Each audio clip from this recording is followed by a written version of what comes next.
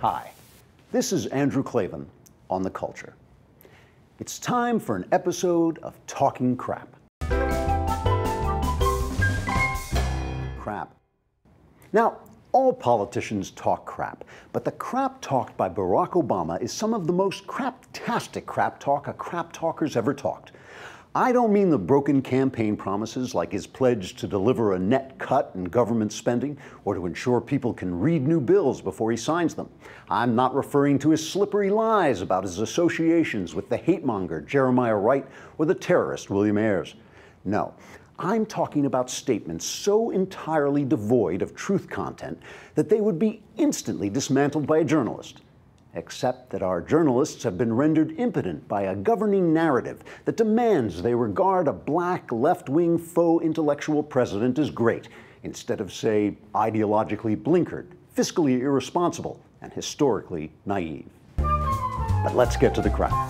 Here's then-candidate Obama's campaign trip to Germany, where he discussed the fall of the Soviet Union and the Berlin Wall. People of the world, look at Berlin, where a wall came down, a continent came together, and history proved that there is no challenge too great for a world that stands as one.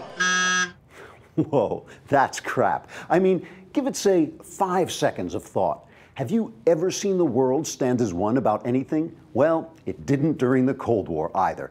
For one thing, the Soviets fought hard to keep that wall standing. And in Europe and America, any bipartisan anti-communism was pretty well shattered by the radicalization of the left in the late 1960s.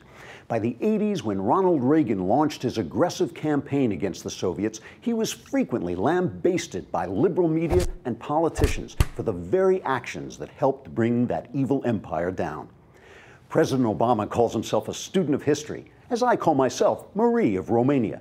But perhaps he would have been faster to support the freedom fighters in Iran and slower to support the communist-backed wannabe tyrant in Honduras if he understood that the world never stands as one for liberty until great leaders stand up first.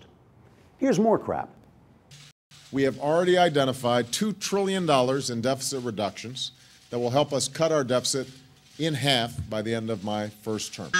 Craptacular. Although spending under the Bush administration was bad, President Obama has at least quadrupled the Bush deficit. And now the Congressional Budget Office says our debt is unsustainable and will soon outstrip our gross domestic product. And that's before the crippling addition of so-called healthcare reform. So, where are those $2 trillion in deficit reductions supposedly coming from?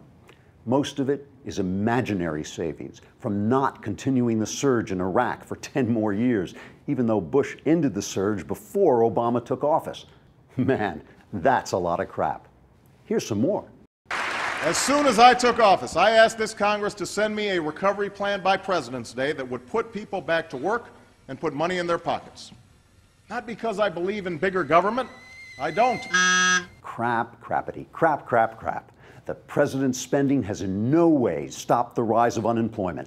Yet, Obama continues to support anti-free market programs like a massive energy tax, national health insurance, and government bailouts of failing businesses. There can now be no doubt that he loves big government, even though it has reduced freedom and prosperity everywhere it's tried. It's possible he's never acquired enough real-life experience to make him re-examine his ideology in the light of the facts. But then, that's the problem with talking crap, unchallenged by the press and cheered by the populace. It leads you to thinking crap, and crap actions, and just crap. This is Andrew Klavan on The Culture.